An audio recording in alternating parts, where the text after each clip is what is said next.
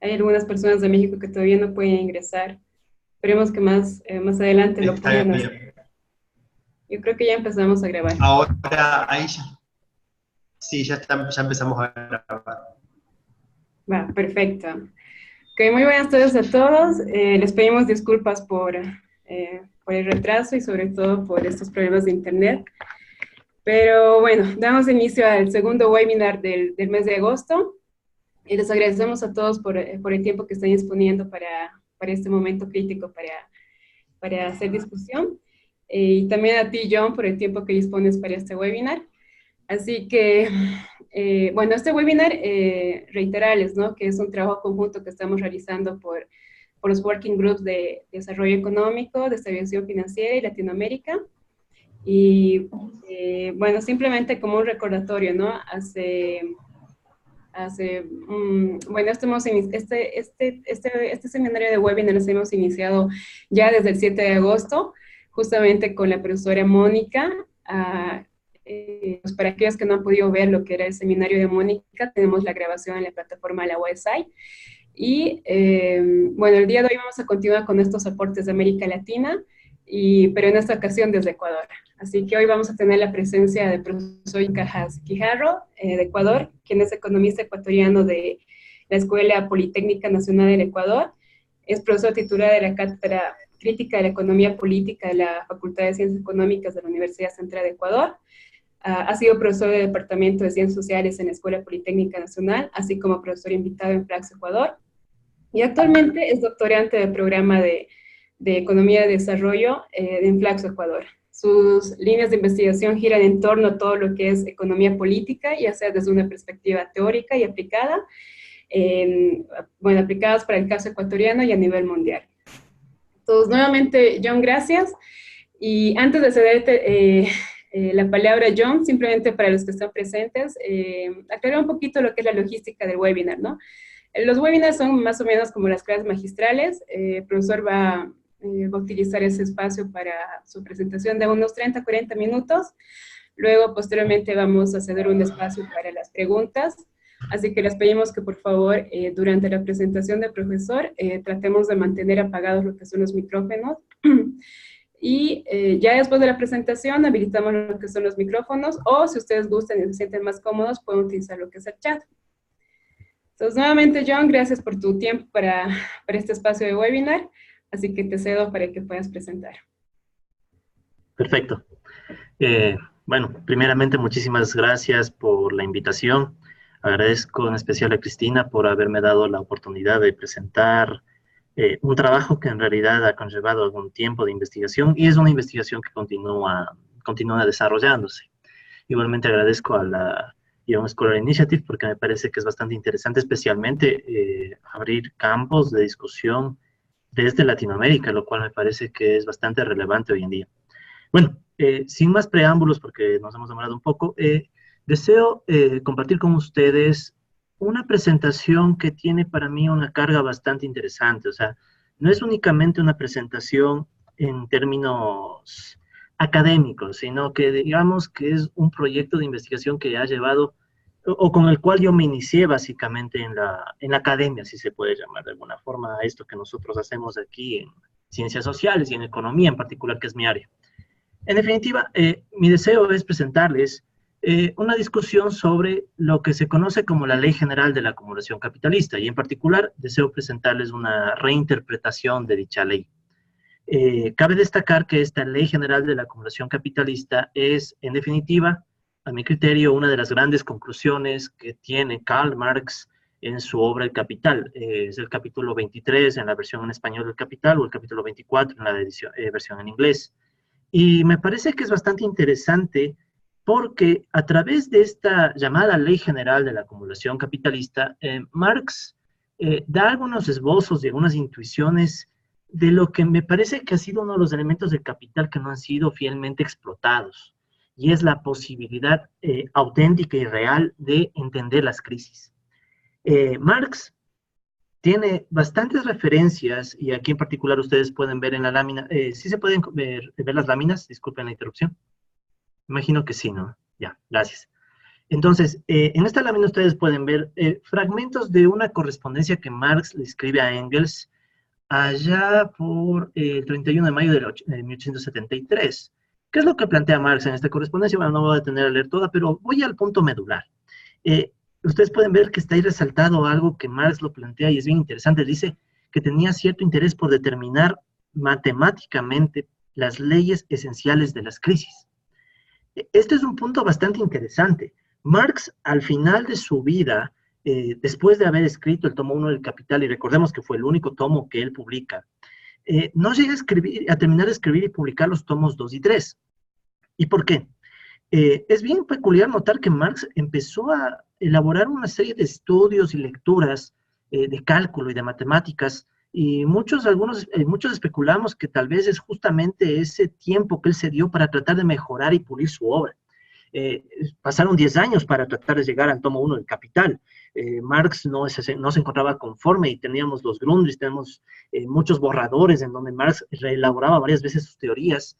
Y creo yo que esta idea de reelaborar la teoría de la crisis, incluso en términos matemáticos, da mucho en qué pensar. Entonces, me parece que esta primera idea de la motivación que pudo haber tenido Marx de identificar incluso matemáticamente las posibilidades de entender la crisis, es lo que se recoge finalmente en la Ley General de la Acumulación Capitalista. Entonces, a partir de esta motivación, ¿cuáles son los puntos que vamos a tratar en la charla de hoy? Entonces, quiero tratar dos grandes puntos. El primero es una reinterpretación de esta Ley General de la Acumulación Capitalista que la he planteado y de hecho es un trabajo que en una versión preliminar ya se publicó en una revista de la Universidad Central aquí en Ecuador, que obviamente no es un trabajo definitivo, está siempre en mejora y demás, pero trata de captar la intuición básica de qué quiso decir Marx y por qué tener esta motivación de encontrar incluso una formulación matemática de la posibilidad de crisis. Y como segundo gran punto es, bueno, ilustrar esta posibilidad de una ley general de la acumulación en términos de un caso aplicado. Y el caso aplicado que yo me remito es al caso de la economía ecuatoriana, que bien o mal es el que más conozco y es en el cual me he dedicado a estudiar algunos años. Antes de nada quisiera aclarar algo. El texto y el trabajo que les voy a presentar no es una fiel copia o una fiel interpretación de Marx. O sea, no es mi intención tomar Marx al pie de la letra y hacer una interpretación cabal y única. Más bien es algunas ideas, algunas sugerencias de cómo podríamos interpretar a Marx y sobre todo cómo podemos sacar cosas útiles de los borradores de Marx. Porque para mí incluso el Capital, pese a ser el tomo 1, ¿no? Pese a ser una obra bastante terminada y bastante estructurada, aún ahí encuentra ciertas cosas que podrían mejorarse y algunas que incluso deberían debatirse, ¿no? Uno de los grandes debates es el mismo problema de la transformación de valores a precios que después se traslada al tomo 3, o el problema de la acumulación de capital, la reproducción a escala ampliada y demás, que bueno, no son temas de esta discusión, pero de todas maneras quiero dejarles en claro que lo que estoy planteándoles es una interpretación un tanto personal, no arbitraria obviamente, pero que admite discusión y admite mejoras. De hecho, gran parte de esta discusión también es pedirles que si tienen una intuición o una idea de que, bueno, qué se puede mejorar o qué creen que está mal, la discusión está completamente abierta. Entonces, empecemos con esta reinterpretación. O sea, ¿qué vamos a entender nosotros por la Ley General de la Acumulación Capitalista y para qué? Entonces, voy a partir planteando algunas menciones que se hacen en el marxismo respecto a la crisis, es decir, ¿cómo surge la crisis en el capitalismo? Recordando que igual Marx nunca elaboró una teoría completa de la crisis, lo que tenemos son esbozos, ideas, pero no una totalidad estructurada en cuanto a qué es la crisis y cómo surge. Pero de todas maneras, algunos enfoques que suelen ser repetitivos o bastante comunes en las discusiones sobre la crisis dentro del marxismo son los que presento en pantalla. Por un lado, nosotros tenemos las clásicas teorías de la sobreproducción, o también interpretadas algunas como teorías del subconsumo. ¿Cuál es la idea básica? Yéndome al grano, ¿no? Básicamente tenemos una contradicción importante en el capitalismo y es que los trabajadores reciben un salario limitado que incluso limita sus capacidades de demanda efectiva. Entonces, como obviamente en el capitalismo tenemos esta competencia entre sectores, departamentos de la producción y demás, no hay una coordinación entre oferta y demanda. Entonces, los sectores productivos, por un lado, están incrementando por la misma competencia las fuerzas productivas, pero por otro lado tenemos trabajadores que reciben un salario limitado. Entonces, esa sería la esencia de las crisis por sobreproducción. Luego también se suele hablar de crisis por desproporcionalidad entre departamentos de la producción, sobre todo entre los departamentos que producen medios de producción y los que producen medios de consumo. Idea básica, ¿cuál es? De nuevo, la competencia capitalista genera un proceso tan caótico que es muy difícil que entre los sectores de la economía exista cierta proporcionalidad y concordancia que evite desequilibrios. Entonces, ¿qué sucede? Sobre todo en el tomo 2 del Capital, en sus esquemas de reproducción, Marx da algunas ideas de que, bueno, si es que el sector 1, el departamento 1 y el departamento 2, que producen cada uno de estos productos, no logra llegar a tener proporcionalidad en una determinada escala, o sea, de hecho, Marx hace unas elaboraciones súper detalladas de cuáles son las proporciones que debe tener cada sector. Si esas proporciones no se alcanzan, entonces emerge la posibilidad de una crisis por desproporcionalidad. Otra, y quizá tal vez la más famosa de todas, es la crisis por la tendencia a la caída de la tasa de ganancia, que esto Marx lo elabora sobre todo en el tomo 3 del Capital. ¿Y cuál es la idea básica?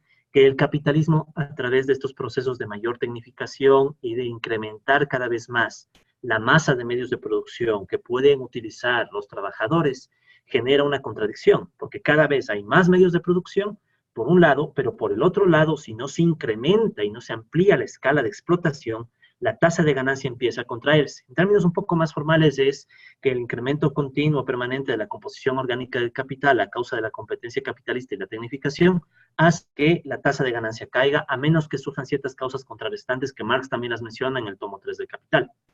Y bueno, hay otra que es menos conocida, que Marx la plantea, si no me equivoco, más en los Grundrisse y en los manuscritos económico-filosóficos un poco.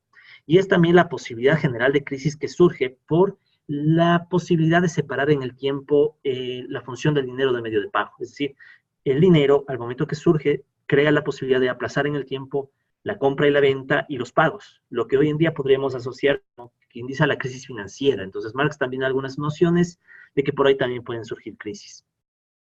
Entonces, de todos estos argumentos que les he presentado, ¿qué son las discusiones más convencionales de las crisis? Tal vez la última es la menos convencional.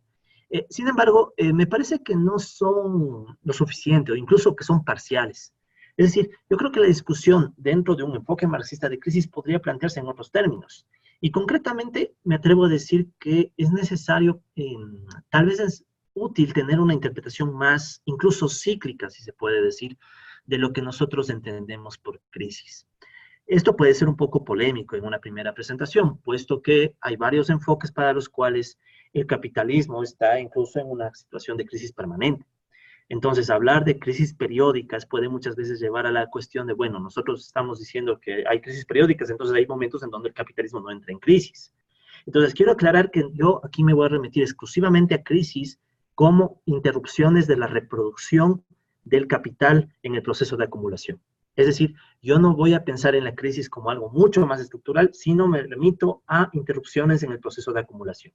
¿De acuerdo? Entonces, es en ese contexto que yo creo que se puede plantear una interpretación cíclica de las crisis, y justamente es ahí donde entra no el tomo 2, no el tomo 3, sino el tomo 1 del Capital, que es la única obra que Marx, dentro del Capital, logró publicar en vida. Entonces, ahora alguien podría plantear que, bueno, la interpretación que les voy a presentar tal vez es un tanto arbitraria. Por último es, yo cogí, me puse a leer el Capital y se me ocurrió que esto puede ser cíclico porque me gustan los modelos cíclicos, y no es así. O sea, quiero aclarar que la interpretación que les voy a plantear, de hecho, ya tiene algunos precedentes. Y quizá el precedente más relevante de todos es un modelo que presenta Richard Goodwin en 1967. Paradójicamente 100 años después de la publicación del tomo 1 del Capital. Richard Goodwin, en unos ensayos que se presentan en honor a Maurice Dobb, plantea un modelo que lo llama, es un modelito muy simple, es a growth model, creo que es un modelo de crecimiento. Y en ese modelo súper básico, creo que no llega a 10 páginas del artículo de Goodwin, él explícitamente dice que quiere capturar la lógica de la contradicción salarios-ganancias como una lógica presa-depredador. Entonces, yo recomiendo, si es que alguien tiene interés en estos precedentes de cómo se podría interpretar cíclicamente la teoría de Marx, revisar muy en cuidado el trabajo de Richard Goodwin, matemático que fue profesor incluso en la Universidad de Harvard, si no me equivoco, después se fue a Italia. Y este profesor en particular tiene una interpretación muy interesante porque él toma un modelo de presa-depredador que es bastante común en biología, el modelo de Lotka-Volterra. No tengo el tiempo para hablarles los detalles de ese modelo, pero sí la idea básica, ¿cuál es? Que por un lado, la interacción presa-depredador puede implicar a priori que, bueno, el depredador depende de la presa, ¿no? El depredador depende de la presa, pero al mismo tiempo, la presa puede depender del depredador para regular su tamaño. Entonces tenemos una suerte de retroalimentación cíclica presa-depredador que Goodwin la intenta replantear para utilizarla en la relación capital-trabajo. Ahora, hay otros autores que igualmente tienen algunas interpretaciones cíclicas del enfoque de la dinámica capitalista, entre los cuales les recomiendo sobre todo a Sherman, Eagle y Leighman. En especial el trabajo de Eagle. Son otros trabajos que igualmente han planteado posibilidades de interpretaciones cíclicas del capitalismo, y creo yo que es bastante valioso saber que esto existe. No es una literatura muy profunda ni muy estudiada, puesto que se contrapone un poco con las tendencias convencionales de crisis que les presenté antes. Pero de todas maneras vale conocer eso para saber que lo que les voy a presentar a continuación no es arbitrario, o sea, tiene precedentes. Ahora, lo que me parece valioso también destacar es que si bien estos precedentes y sobre todo el trabajo de Goodwin son interesantes, tienen problema en cuanto a que me parece que no aprovechan más a fondo todas las intuiciones que deja Marx. Por ejemplo, en el trabajo de Goodwin, ustedes pueden encontrar bastantes elementos un tanto neoclásicos, un tanto ortodoxos, que como que cuartan un poco la riqueza de lo que Marx plantea en el tomo 1 del Capital, sobre todo en esta Ley General de la Acumulación Capitalista.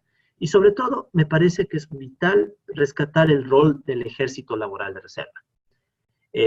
Para quienes tenemos alguna formación en economía sabemos, aunque bueno, no es necesario ser formado en economía, en general los economistas convencionales tienen una visión muy pobre del mundo laboral. O sea, y muchas veces la economía laboral se reduce a un análisis mucho más empírico, no hay un trabajo teórico profundo. Entonces yo creo que una parte de la riqueza del trabajo de Marx está en recuperar qué es el ejército laboral de reserva y cómo este ejército laboral de reserva encaja en el proceso de acumulación. Unas reflexiones sobre esto las tiene, por cierto, Paul Sweezy, que también las recomendaría revisar. Claro que la idea de Sweezy y de otros ha sido interpretarle al ejército laboral de reserva como un grupo de personas que siempre están ahí para empujar el salario al mínimo. Esta ha sido una interpretación bastante común que se ha hecho al ejército laboral de reserva, con la cual yo no concuerdo. Me parece que es igual una visión muy simple y reduccionista. Es decir, Marx en su obra no habla, o sea, explícitamente tan así no es explícito en decir, pensemos en el salario como un salario de subsistencia. Cuando Marx habla del salario en el tomo 1 del Capital, habla de una complejidad bastante interesante. Tenemos el componente de subsistencia, obviamente, pero es una subsistencia individual y familiar. Tenemos incluso componentes de capacitación, tenemos el famoso componente histórico-moral. Entonces, yo creo que el mismo rol del salario y del ejército laboral de reserva crea una complejidad bastante interesante que permite entender la crisis. Eso por un lado. Y por otro lado, me parece que una reinterpretación puede ser útil incluso para entender mejor cómo la tasa de ganancia entra en la dinámica capitalista. Porque muchas veces, sobre todo para entender la tendencia decreciente de la tasa de ganancia, se hacen análisis muy parciales. ¿Y qué quiero decir con parciales? Se analiza la tasa de ganancia, se ve cuáles son los elementos que influyen en la tasa, pero no se toma en cuenta que la tasa de ganancia es parte de todo un proceso de reproducción del capital. Es decir, los capitalistas toman una fracción de las ganancias para precisamente realizar la acumulación. Y si nosotros vemos en el tomo 1 del Capital, Marx incluso asume lo que podríamos decir una economía cerrada. Marx asume que hay una economía cerrada en donde la acumulación básicamente se financia desde las ganancias capitalistas. Entonces, yo creo que hay un vínculo entre tasa de ganancia y acumulación de capital que se oscurece cuando nosotros hacemos análisis parciales de la crisis. En cambio, si nosotros tenemos una visión un poco más global de cómo se estructuran cada uno de los elementos, podríamos incluso pensar que tal vez la tendencia a la caída de la tasa de ganancia es más compleja. Entonces, la reinterpretación que les voy a plantear se compone de tres grandes bloques. El primer bloque es un intento de ver los principales determinantes de la acumulación capitalista y la ganancia. El segundo bloque va a hablar de qué es este ejército laboral de reserva y cuáles son las funciones que cumple. Y finalmente, a partir de estas discusiones, se busca plantear un sistema dinámico y tratar de entender alguna dinámica cíclica dentro del capitalismo. Entonces, vamos con el primer bloque de esta reinterpretación, que es los determinantes de la acumulación. Entonces, ustedes pueden ver que este es un esquema bastante común en el estudio de la teoría de Marx, y es el ciclo de la circulación del capital productivo, que él lo plantea en el tomo 2 del Capital. El capitalista empieza con dinero, después posee mercancías, esas mercancías son medios de producción y fuerza de trabajo, después se da la producción, a través de la producción surgen nuevas mercancías y se las vende por nuevo dinero, y la gracia del proceso es que el dinero final sea mayor al dinero inicial. Entonces, a través de este ciclo de circulación del capital productivo, es viable plantear o representar algunas de las principales variables, empezando por las variables que componen al capital. Entonces, nosotros vemos que el esquema empieza con D, que es un dinero que sirve para comprar medios de producción y fuerza de trabajo. En términos un poco más rigurosos, si se quiere, un poco más matemáticos, podríamos representar esa D por medio de una K. Entonces, ustedes pueden ver la ecuación 1 que dice K igual a C más B, que básicamente lo que propone es tenemos una suma de dinero que representa el capital total, que se va a dividir en el capital constante y el capital variable. ¿Qué es el capital constante? Tenemos la ecuación 2. Es básicamente los medios de producción que nosotros disponemos adquiridos a un determinado precio. Entonces, ustedes pueden ver que P es el precio y A es la cantidad de medios de producción que se van a utilizar.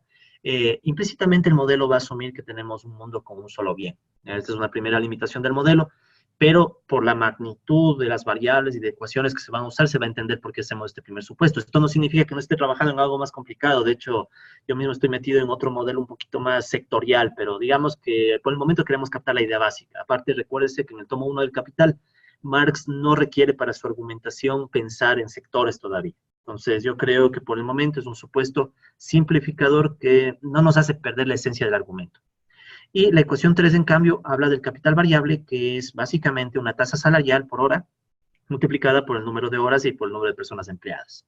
Entonces, en definitiva, tenemos un monto de dinero que se gasta en medios de producción y en fuerza de trabajo. Luego de eso, nosotros podemos representar sobre todo la ganancia capitalista y la tasa de ganancia. La ganancia capitalista queda recogida en la expresión 4, donde ustedes pueden ver que se define básicamente la ganancia como, primero, los ingresos obtenidos de la venta de las mercancías, ahí ustedes pueden ver una P por Q, que sería el precio por cantidad, menos el gasto que hacen los capitalistas para que se dé la producción. En este caso estamos hablando del gasto en fuerza de trabajo, más el gasto que se da en capital constante. Ahora, tómese en cuenta que no es todo el capital constante que se utiliza, sino el capital constante multiplicado por una tasa de depreciación, que es lo que se va gastando, desgastando el capital constante año a año. Entonces, bajo este supuesto, nosotros estamos asumiendo que no existe lo que se llama capital circulante, pero bueno, eso no es importante para nuestro argumento. En cambio, en la ecuación 5, ustedes pueden ver la ratio entre estas ganancias que acabamos de definir divididas para el total de dinero que representa tanto a capital constante como variable. Entonces, esta ecuación 5 recoge nuestra definición de tasa de ganancia. Entonces, esta es la tasa de ganancia, lo más apegada posible hasta donde yo entiendo de la propuesta que hace Marx en el Capital. Esto en cuanto a la ganancia. Ahora, en cuanto a la producción, la representación se va a hacer a través de las expresiones 6, 7 y 8. ¿Qué se va a plantear en las expresiones 6, 7 y 8? La expresión 6 es una expresión que indica cómo se define la cantidad total producida y va a suponer que la cantidad total producida, Q mayúscula, es igual a una productividad por hora, que es Q minúscula, multiplicada por el número de horas trabajadas y por el número de personas empleadas y que están trabajando. La ecuación 7, en cambio, es una ecuación que va a asumir que la productividad, o sea, la cantidad de mercancías producidas por hora de trabajo, va a depender de la intensidad y de otra variable que llamaré la mecanización. Y también un alfa, que básicamente son otros factores. Entonces, cada vez que ustedes vean en una ecuación el factor alfa, significa las demás variables o los demás factores. ¿Por qué plantear un vínculo entre productividad por hora e intensidad y mecanización? Marx, en el tomo 1 del Capital, en un capítulo que se llama sobre la maquinaria, no recuerdo exactamente el título, pero él habla del proceso de mecanización, justamente plantea la cuestión que es un tanto obvia, ¿no? Es decir, si yo aumento la intensidad del trabajo de cada obrero se espera que produzca más mercancías en el mismo tiempo. Entonces, es un factor vital el aumento de la intensidad, y como veremos más luego, es un factor vital también para efectos de aumentar la explotación a la clase trabajadora. Entonces, por eso es que ustedes pueden ver que aparte de la definición de la función Q, igual a F1 de E, M y el alfa, también pueden ver que hay unos supuestos con respecto a cómo se mueve esta función. Entonces, ustedes pueden ver que la primera derivada de esta función con respecto a la intensidad es positiva, estamos asumiendo, es decir, que a mayor intensidad, más productividad por hora, y a la vez también vamos a asumir que a mayor mecanización, mayor productividad por hora, es decir, una mejora en los medios de producción o un aumento en el volumen de medios de producción permite que los trabajadores también produzcan más. Y aquí vamos a entender mecanización como el vínculo, la ratio entre el total de medios de producción que se están usando, que es la letra A, dividido para el número de trabajadores empleados, que es la letra E. Una observación que yo mismo me hago aquí para efectos de que se vea que esto es un trabajo todavía preliminar en algunos temas. Esto es bastante neoclásico. O sea, de facto, esto es casi como asumir una función de producción per cápita. Casi. Sin embargo, me parece que para efectos del argumento central que se plantean no es tan grave, o sea, no es tan grave. Sin embargo, dejo constancia de que aquí puede haber una primera crítica, porque sería interesante en el momento de las preguntas que alguien tenga alguna observación y tenga alguna sugerencia sobre esto. Pero bueno, eso es en cuanto a la producción. Luego de esto, pasamos a la parte más dinámica de la discusión, que es la acumulación de capital. Entonces, para la acumulación de capital, me permite hacer un brevísimo paréntesis para plantearnos la duda de, bueno, ¿qué mismo entendemos por capital? Y eso es una discusión un tanto complicada, porque Marx en el tomo del Capital se esmera en explicar el objeto, es una relación social. ¿Sí? De hecho, en otros textos Marx plantea lo mismo, el capital no es un objeto, ese es justamente uno de los errores de la economía burguesa, según él, sino que el capital es una relación social. Sin embargo, a mí me gusta profundizar un poco más y decir qué tipo de relación social es. Entonces, aquí me permito plantear una discusión que de hecho Marx también la hace, pero no en el Capital, la hace en un texto mucho más temprano, que se llama El poder del dinero, en donde se podría pensar que el capital es una suerte de poder, un poder que busca cada vez expandirse más. ¿Y qué tipo de poder? Un poder con la capacidad de mercantilizar, de volver mercancía al mundo. Entonces, este poder de volver mercancía al mundo cada vez se expande más y más. Y, como les digo, esto está sustentado, o me parece que puede sustentarse desde los manuscritos económico-filosóficos de Marx, ahí hablamos sobre el poder del dinero, también algunas interpretaciones que hace Bourdieu sobre el capital como poder, y también algunas interpretaciones que hacen incluso Nietzsche y Bichler. Nietzsche y Bichler hablan del capital como un poder simbólico, e incluso ellos hacen unas interpretaciones empíricas para tratar de entender cómo el capital, en cuanto a poder, influye en el mercado financiero. Pero bueno, digamos que ese solo es un paréntesis que les dejo ahí. ¿Y por qué hablar del capital como poder? Básicamente para tener aún más claro el por qué el capital busca expandirse a sí mismo. Es una suerte de poder que busca cada vez ser más grande, ampliarse más. Y esto obviamente complementado o exacerbado por la misma competencia capitalista, es decir, cada capitalista está peleando y pugnando por tratar de tener más ganancias, ¿pero para qué?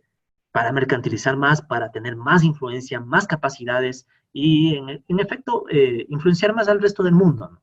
Pero bueno, el tema es que esta ampliación del capital, en términos más formales, podría representarse de la siguiente forma. Entonces, ustedes tienen la expresión 9, en donde ustedes pueden ver que se define a la acumulación de capital como una derivada, K', que es igual a dK sobre dt. Es decir, hablamos de que la suma total de dinero que representa capital, esta K, va a cambiar en el tiempo. Entonces, esto es delta K sobre delta T. ¿De acuerdo? ¿Y cómo va a cambiar en el tiempo? Entonces aquí es la versión más básica de cómo puede surgir la acumulación, como una fracción ahorrada de las ganancias. Entonces pueden ver tienen la ganancia multiplicada por una fracción S, que se puede considerar que es una fracción de ahorro, ¿sí? Que estaría entre 0 y 1. Y esto descontando el efecto de la depreciación del capital constante. Esto es igual bastante clásico, neoclásico, o sea, esto de asumir que básicamente es el ahorro el que define la inversión. Aquí se podría incluso hacer unos análisis más interesantes metiendo algún tema más heterodoxo, post-keynesiano, por ejemplo, y asumir una función de inversión, etcétera. Pero por el momento voy a mantenerme bastante simple para efectos de no complicar más el modelo. Y bueno, eso con respecto a la ecuación 9. La ecuación 10, en cambio, podemos llamarle la tasa de acumulación y básicamente recoge la variación de K con respecto al valor inicial de K. Es lo que podríamos llamar la tasa de crecimiento del capital. En fin, entonces, tomamos estas expresiones de la 1 a la 10, ¿sí? Y podemos empezar a resolver el modelo. ¿En qué variables? Mi propuesta es resolverlo en dos. Por un lado, podemos sacar la tasa de crecimiento del capital, que es la que tenemos a mano izquierda, con la expresión AQ1, y después podemos también deducir la tasa de ganancia con la expresión AQ2. Entonces, ambas expresiones, AQ1 y AQ2, básicamente nos dan una idea de cuáles son los determinantes, primero, de por qué el capital crece, y segundo, de qué define la tasa de ganancia del capital. Obviamente que son un poquito más elaboradas de lo que comúnmente se presentan, pero no hay gran novedad en esto. Por ejemplo, ustedes si se fijan en la ecuación AQ1 ven que el crecimiento del capital total depende de cuál es la tasa de ahorro, de cuál es la tasa de ganancia. Es obvio, o sea, mayor ahorro, mayor tasa de ganancia, bajo el supuesto de que el ahorro influye en la inversión, debería generar más crecimiento del capital, obviamente, bajo ese enfoque. Y en cambio ustedes pueden ver que el efecto de los salarios en este enfoque también es bastante si se quiere, a mi criterio es bastante clásico, ¿no? Es decir, sube el salario, sobre todo si sube el salario real, que ahí pueden ver que está definido como W sobre P, eso va a generar que, por un lado, la tasa de ganancia se contraiga, como pueden ver aquí en estas expresiones, pero por otro lado también se contrae la acumulación. Entonces, este es otro punto que podría ampliarse fácilmente, bueno, no tan fácil, pero se podría ampliar incluyendo una función de inversión que permitiría incluir dinámicas a lo, por ejemplo, Baduri y Marley. Es decir, obtener una economía más comandada por salarios o más comandada por ganancias. Eso sobre todo si incluimos una función de inversión, que dependa, si mal no me equivoco, de la tasa de ganancia y que dependa también de la capacidad instalada. Algo así se puede hacer. Sin embargo, quiero mantenerme bastante cauto en eso porque viene la siguiente parte, y esta es la parte que me parece que es la medular. Es decir, hasta antes nosotros hemos visto, bueno, unas definiciones, dinero que representa capital constante, capital variable, pero ahora vamos a lo que a mi parecer es la pieza clave del aporte de Marx, el ejército laboral de reserva. Entonces, Marx, en el tomo 1 del Capital, plantea algo bastante categórico, a mi parecer. La acumulación capitalista produce de manera constante un grupo de personas, un grupo de trabajadores que son excedentarios en términos relativos, ¿de acuerdo? Y estos trabajadores que son excedentarios en términos relativos se vuelven superfluos. ¿Por qué nace esta idea de trabajadores superfluos? Es interesante, pero de hecho Marx, para hablar de trabajadores superfluos, se basa bastante en la obra de Ricardo. Ricardo, en los principios de economía política y tributación, sobre todo en su capítulo sobre la mecanización, bueno, la maquinaria, si no me equivoco, disculpen, no recuerdo exactamente el nombre, pero es de los últimos capítulos de los principios de economía política y tributación. Ricardo plantea ya la idea de que la mecanización y el hecho de que la producción cada vez está más tecnificada crea trabajadores excedentes. Entonces, ¿qué hace Marx? Marx recoge esta idea de Ricardo para incluso criticar a Malthus. Recuérdese que Malthus tenía esta idea de que, bueno, resulta ser que la población crece de forma exponencial y eso va a provocar problemas a escala global. Es decir, nosotros vamos a tener cada vez menos alimentos, pero era un crecimiento absoluto. Entonces, ¿qué hace Marx criticando a Malthus? Marx dice, no, el problema no es la cantidad absoluta de trabajadores, sino la cantidad relativa de trabajadores que sobran dependiendo del modo de producción en el que vivimos. Es decir, en la civilización capitalista actual surgen personas que son excedentarias que tal vez en otro modo de producción no lo son. Y esto es un punto interesante, es decir, tal vez en otra civilización que no sea la capitalista, las personas que hoy son excedentarias dejarán de serlo. Entonces, ¿qué es lo que va a plantear Marx en esta idea de que la acumulación necesita básicamente de gente que sobre? ¿Para qué? Para seguir existiendo cuanto acumulación. Entonces, esto me parece bastante interesante porque, de cierta manera, Marx nos hace entender que tal vez esta idea de pleno empleo, por ejemplo, el capitalismo, no es viable. Pero no es viable exclusivamente por fallas del capitalismo. Porque, como alguien podría decir, bueno, tal vez eso es el equilibrio que se puede corregir con efectos de acción del Estado, como diría Keynes. Recuérdese que Keynes planteaba que, bueno, nosotros tenemos un equilibrio que no necesariamente es equilibrio de pleno empleo, pero si es que se influye a expensas de ampliar la demanda efectiva, se puede llegar al pleno empleo. Entonces, ¿qué se puede sacar en cambio de Marx? De que tal vez la idea de pleno empleo no es alcanzable dentro del capitalismo, especialmente por la forma como este ejército de reserva encaja en la acumulación. ¿Cómo encaja este ejército? Este ejército encaja a través de lo que me he permitido llamar dos funciones. Dos funciones que, bueno, de hecho no son solamente propuestas mías, de hecho en un debate que se llegó a dar hace un buen tiempo, un debate bastante latinoamericano entre Aníbal Quijano y José Nuñ. Ellos justamente discutían el tema de la marginalidad y qué mismo es el ejército de reserva y demás. Entonces, si ustedes toman este trabajo de Nuñ, Quijano, también las mismas propuestas de Marx en El Capital y también en los Grundrisse, se puede llegar a plantear que este grupo de personas que sobran en el capitalismo cumplen al menos dos funciones. La una función es obvia, es la función que podríamos llamar de reserva, es decir, a medida que la acumulación capitalista se expande, se requiere de personas que ingresen al proceso de producción. Y a la vez, cuando el capitalismo está en decaída, necesitamos guardar gente en la reserva. Pero la otra me parece que es una función aún más vital y es la función que me atrevo a llamar de explotación. ¿Qué quiere decir esto? Este grupo de personas que sobran en el capitalismo pueden contribuir a aumentar la explotación sobre los trabajadores, al menos por dos vías. Por un lado, ejerciendo presión sobre los salarios. Tenemos más personas que están fuera del capitalismo, fuera del proceso productivo del capitalismo, que por su desesperación de sobrevivir, pueden ofrecer su fuerza de trabajo prácticamente al precio que venga. Esto en el capitalismo subdesarrollado, como tenemos en Latinoamérica, es bastante evidente. O sea, tienes trabajadores que pueden trabajar por lo que sea con tal de garantizarse un mínimo de subsistencia. Entonces ahí podemos ver una función y una pieza que también puede ser clave dentro del capitalismo. Tener un grupo de personas que ejerzan presión para bajarse, por un lado, los salarios, o también para aumentar la intensidad del trabajo. ¿Por qué? Tienes personas que están afuera, que serían capaces de trabajar en el mismo puesto en el que tú estás, por menor salario. Entonces, mínimo, el capitalista podría, en cuanto a clase, exigirle a la clase trabajadora un mayor esfuerzo para tratar de sobrellevar la crisis. ¿Cómo se puede ver esto? Tal vez no directamente a través de la intensidad, pero sí a través de, por ejemplo, relaciones laborales deterioradas o mayor flexibilización laboral.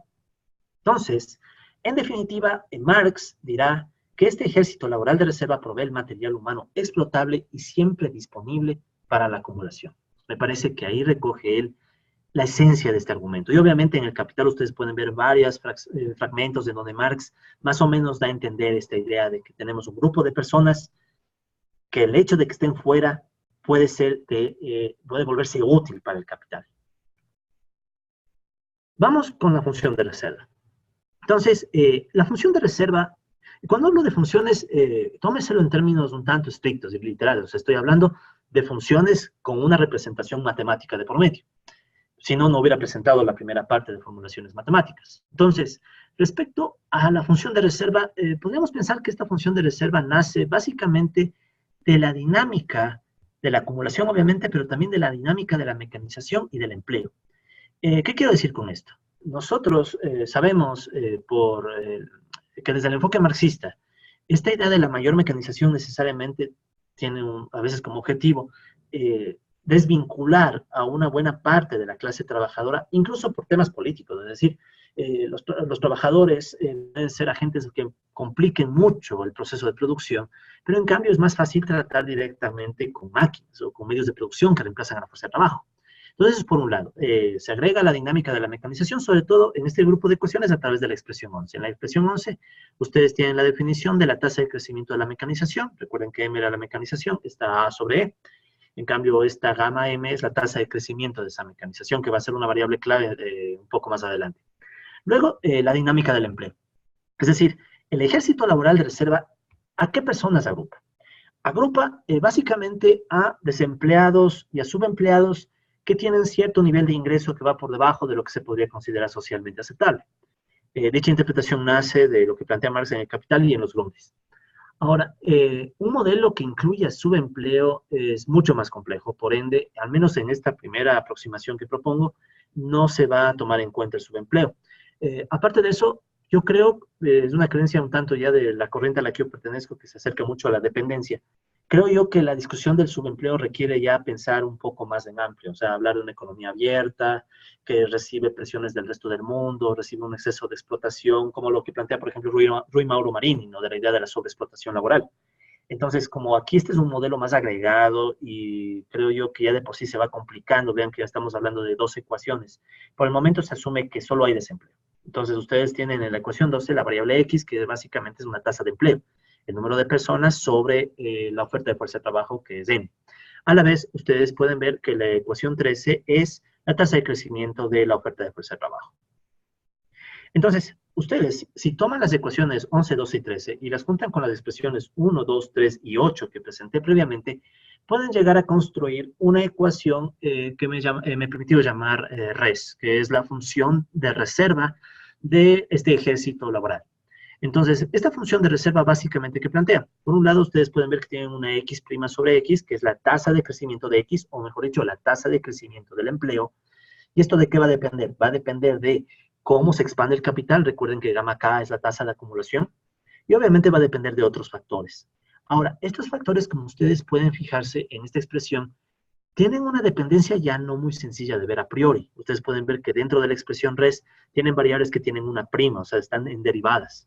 ¿Esto qué implica? Implica que ya tenemos una complejidad un poquito mayor de lo que formalmente podríamos pensar si lo viéramos el problema en términos aislados. Es decir, sí, la mecanización, por un lado, expulsa trabajadores, pero por otro lado, la mecanización aumenta el volumen de producción Y al aumentar el volumen de producción puede generar nuevos ingresos para los capitalistas, ingresos que después pueden volverse ganancias. Y esas ganancias pueden servir a los capitalistas para expandir la producción y esa expansión a través de la acumulación puede contratar nuevas personas. Y ahí vuelta el empleo puede crecer. Es decir, la mecanización no tiene un efecto inmediato tan claro como se podría pensar a priori. No con esto estoy diciendo que entonces dije lo perfecto, el efecto de que más mecanización, más ganancias, más empleo.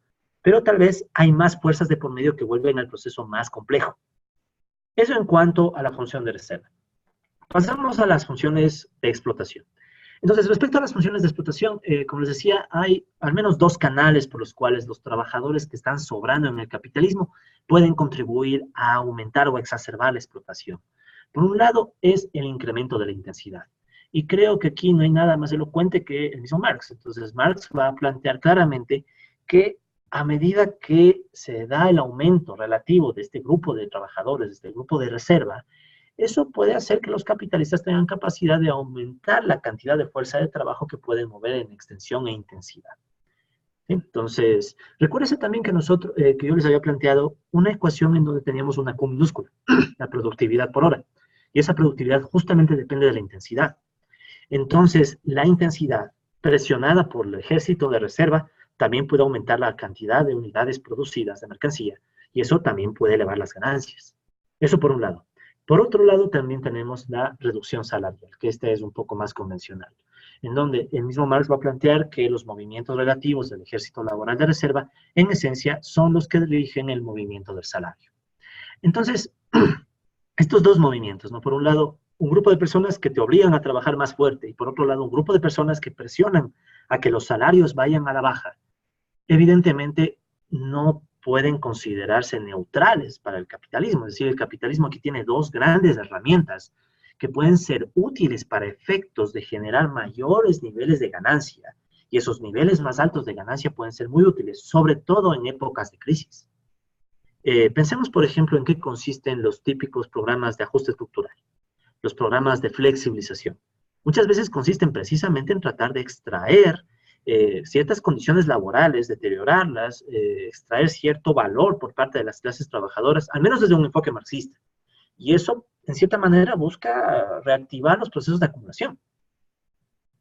Entonces, para reflejar esta idea de cómo el ejército laboral de reserva puede afectar a la intensidad, se plantea, por un lado, la ecuación 14, en donde ustedes pueden ver que la intensidad, esta E, depende de dos variables y otros factores, pero sobre todo, ¿qué variables? Por un lado, la tasa de empleo, se asume que es una influencia negativa, es decir, a mayor tasa de empleo vamos a asumir que la intensidad tiende a bajar, es decir, hay más personas empleadas, todos ellos pueden organizarse mejor, pueden exigir mejores condiciones de vida y sobre todo pueden exigir que el trato en el momento del trabajo sea de menos tensión y por tanto baja la intensidad.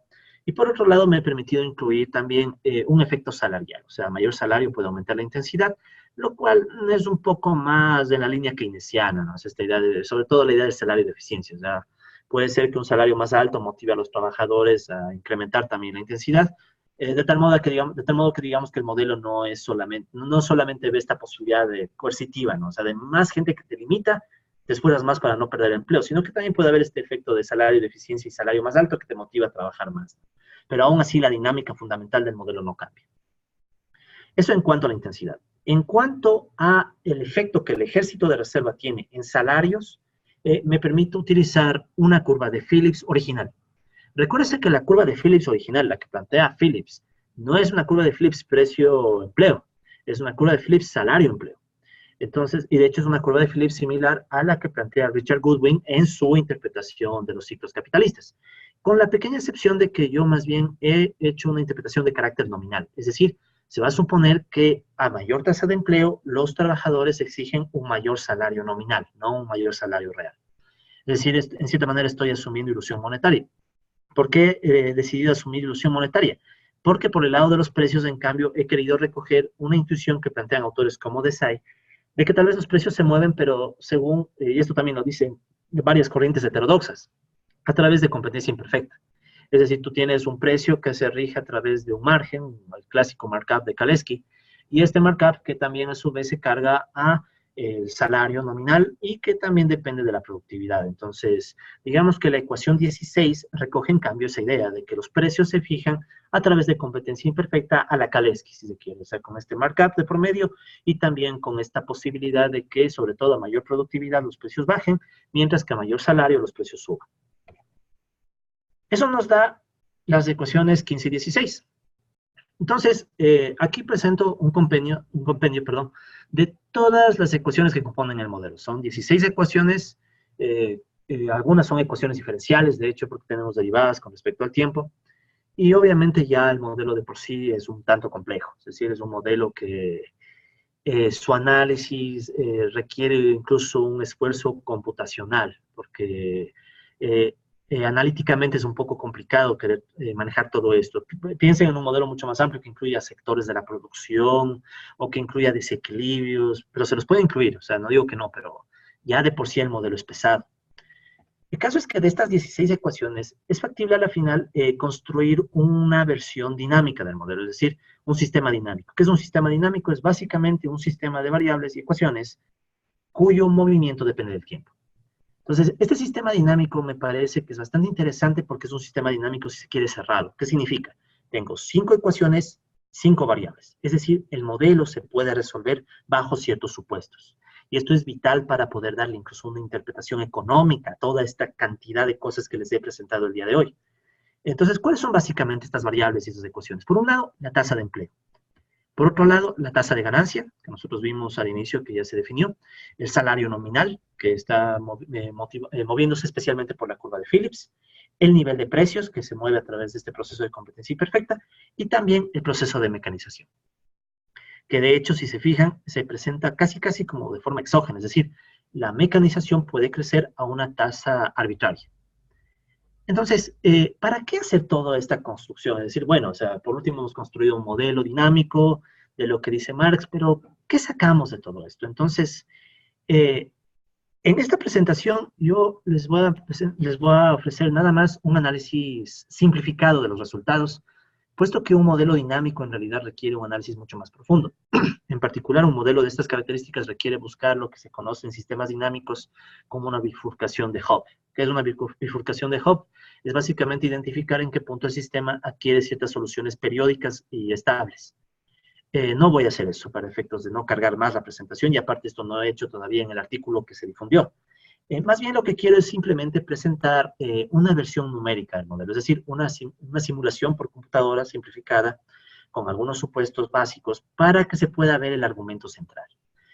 Aquí ustedes pueden ver, de hecho, cuáles son los supuestos que se usan en el modelo. ¿De acuerdo? No voy a entrar en los detalles, pero quiero que entiendan la idea. Se ha planteado un gran modelo que recoge las intuiciones de Marx.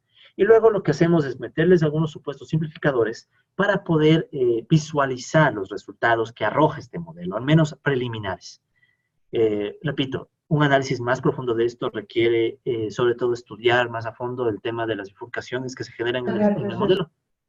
Pero a priori se ha podido identificar que existe algo que se conocen como ciclos límite. Es decir, para tal vez los que conozcan un poco estos temas de sistemas dinámicos, son ciclos que a corto plazo no surgen, pero a largo plazo como que converge el modelo.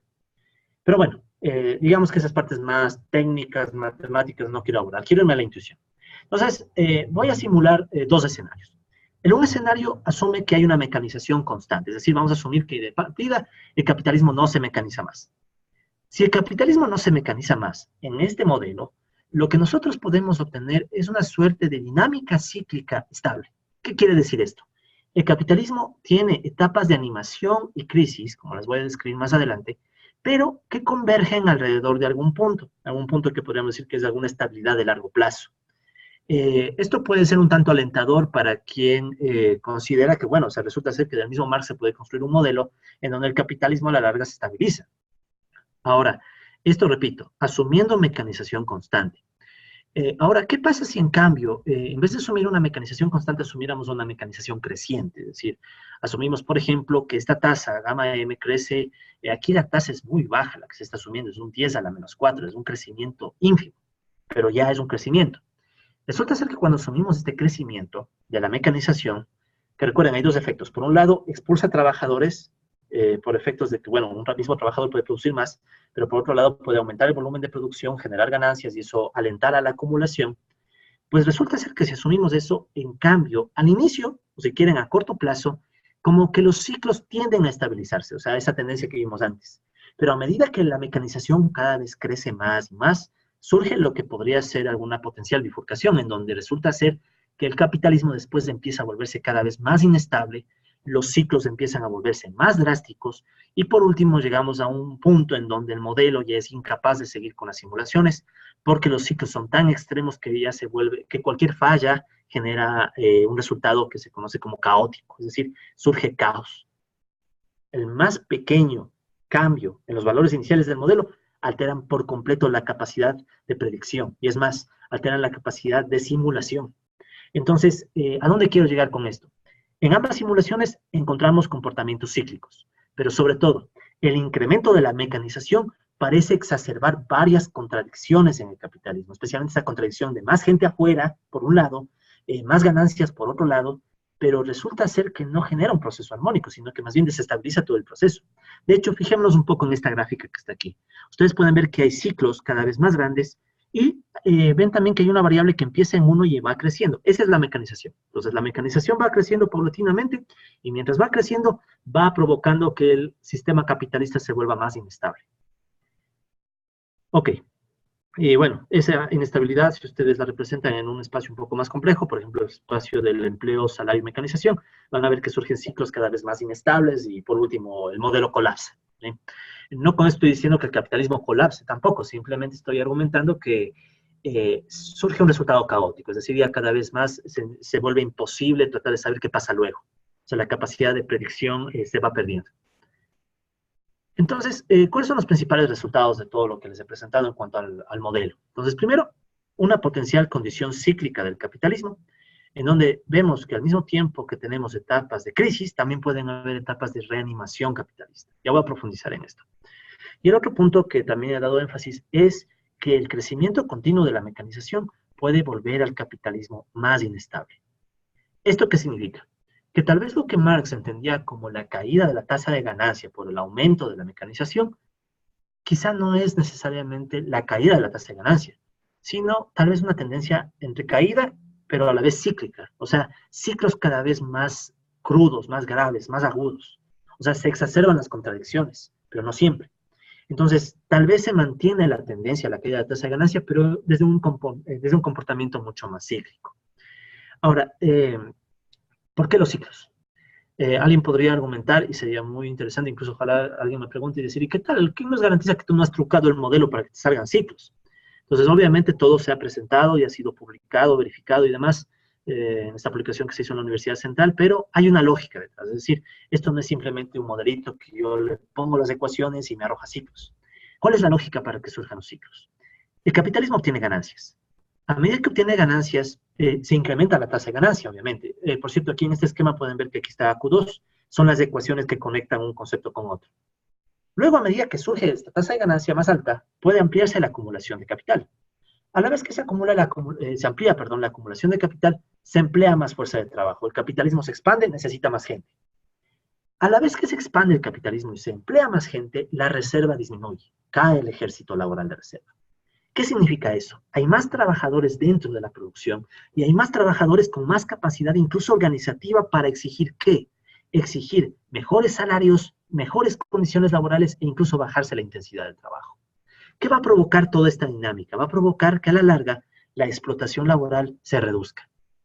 Entonces, todo esto podríamos pensar que es el gran proceso o etapa de animación capitalista. El momento en el cual las ganancias suben, la acumulación se expande, la inversión se expande, como comúnmente le tratamos, hay más empleo, hay mejores condiciones laborales. Pero tarde o temprano, al menos desde un enfoque cercano al marxismo, esta mejora de las condiciones laborales va a generar una caída de la explotación laboral que va a provocar a la vez una caída de la ganancia. ¿Por qué? Porque nosotros habíamos visto en las definiciones del modelo que la ganancia depende mucho de la intensidad en cuanto a productividad. O sea, si reduces la intensidad del trabajo, va a bajar la cantidad producida por hora y a la vez, si subes los salarios, es obvio que vas a tener una menor posibilidad de ampliar las ganancias. Eso después puede provocar que caiga la tasa de ganancia, cae la acumulación, cae el empleo de fuerza de trabajo, se amplía el ejército de reserva. Al ampliarse ese ejército de reserva, tenemos el proceso inverso. Ahora los salarios son cada vez más bajos porque hay más gente afuera y a la vez hay más presión para que la gente que está dentro deba esforzarse más, trabajar más, y todo esto crea un aumento de la explotación laboral. Y aquí tenemos en cambio la etapa de crisis. Una etapa en donde el capitalismo se está contrayendo, donde el empleo decae, donde los trabajadores están ampliando la reserva y lo más importante a mi criterio, donde cada vez amplían las condiciones para explotar a la clase trabajadora. ¿Con qué fin? Ampliar la explotación para sacar al capital de la crisis. Es decir, el capitalismo busca salir de la crisis aumentando la explotación y por eso se vuelve vital el papel que cumple el ejército laboral de reserva. Si no tuviéramos este ejército laboral de reserva, muy probablemente, aunque obviamente es bien hipotético esto, pero creo que lo plantea Suiza incluso, ¿quién va a provocar que caigan los salarios cuando el capitalismo se expande? El mismo Marx también plantea esta intuición. Si el capitalismo se expande y converge al pleno empleo, ¿quién va a provocar que tarde o temprano el salario baje? Resulta ser que si hay pleno empleo y el capitalismo se expande, es como tener, como quien dice, una curva de oferta de trabajo fija y tenemos una curva de demanda de trabajo que va creciendo. Lo que va a provocar es que tengamos un alza permanente de los salarios y eso va a mermar la ganancia. Entonces, al menos para Marx, es necesario que exista este ejército de reserva precisamente para evitar que el capitalismo se destruya a sí mismo a través de un proceso permanente de crecimiento salarial. Entonces, es una visión mucho más conflictiva de lo que nosotros podríamos pensar en un enfoque más, sobre todo keynesiano, ¿no? En donde decimos, bueno, podríamos llegar a un entorno de pleno empleo en donde el Estado sea el que provee el empleo que no logra proveer el sector privado y tengamos esta ampliación de la demanda efectiva. El problema es los salarios. Es decir, en un mundo de pleno empleo, ¿quién logra hacer que los salarios se ajusten a las necesidades de la acumulación?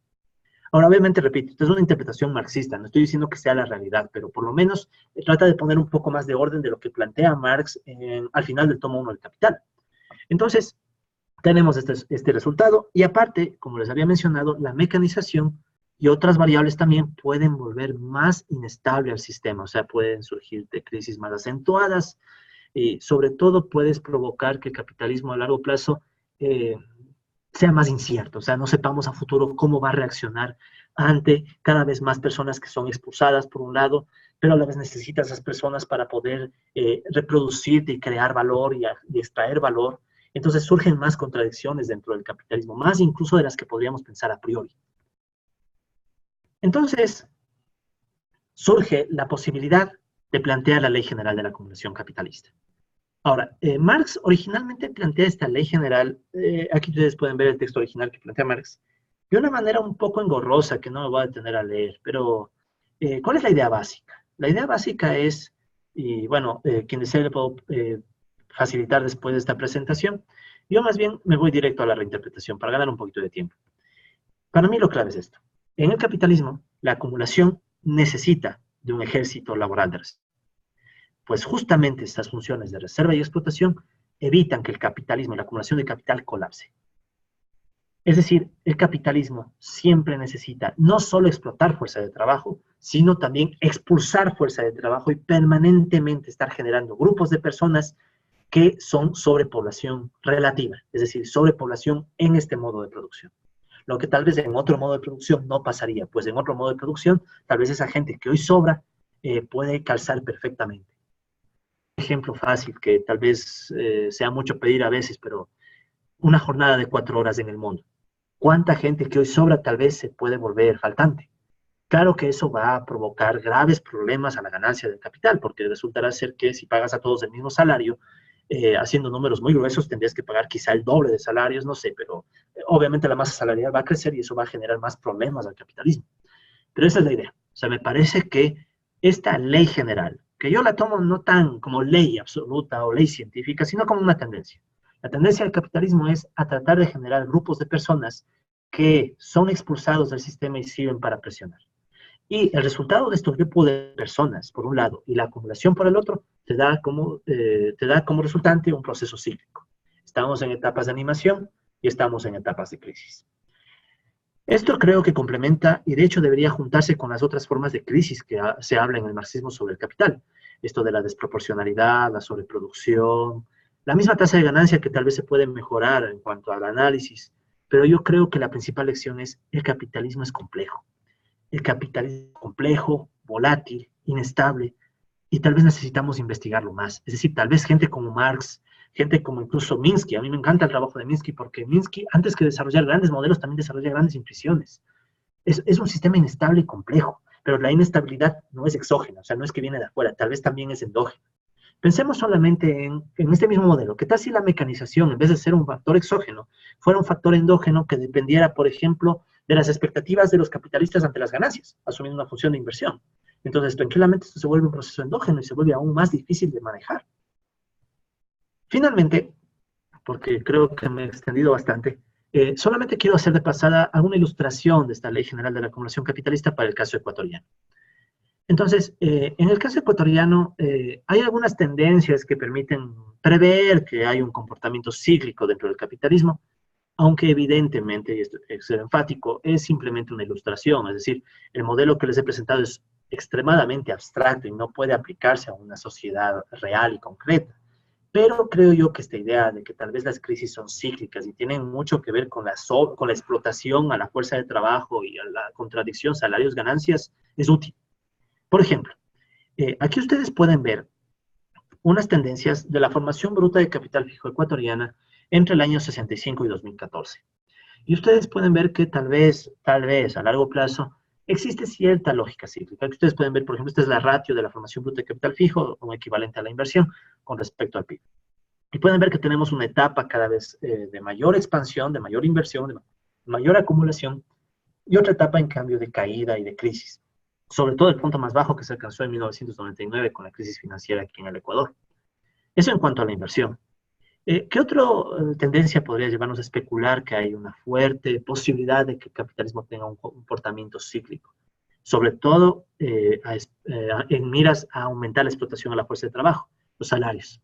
Aquí ustedes pueden ver la serie de la fracción del PIB que va a remuneraciones en el caso ecuatoriano.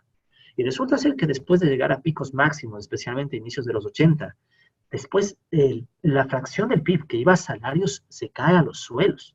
Llegamos a unos mínimos tremendos en el año 95. Más o menos menos de 15% del PIB iba a salarios, de lo que llegamos a tener más del 35% en los años 80. Entonces, y graciosamente después de eso se dejaron de publicar los datos, posiblemente porque el deterioro de las condiciones laborales que estaba dándose a la par de lo que yo me atrevo a llamar la crisis neoliberal, obviamente ya era impresentable. Yo incluso, eso puedo dar fe y testimonio, fui alguna vez al Banco Central del Ecuador a levantar esta información. Los boletines de esos años desaparecieron. Y ahora, graciosamente, después de que vemos que, bueno, desde el 2007, como que esta serie otra vez se recupera, ¿no? Y de nuevo, la fracción del PIB que le toca a los asalariados crece de forma importante. Pero esto está otra vez estancándose.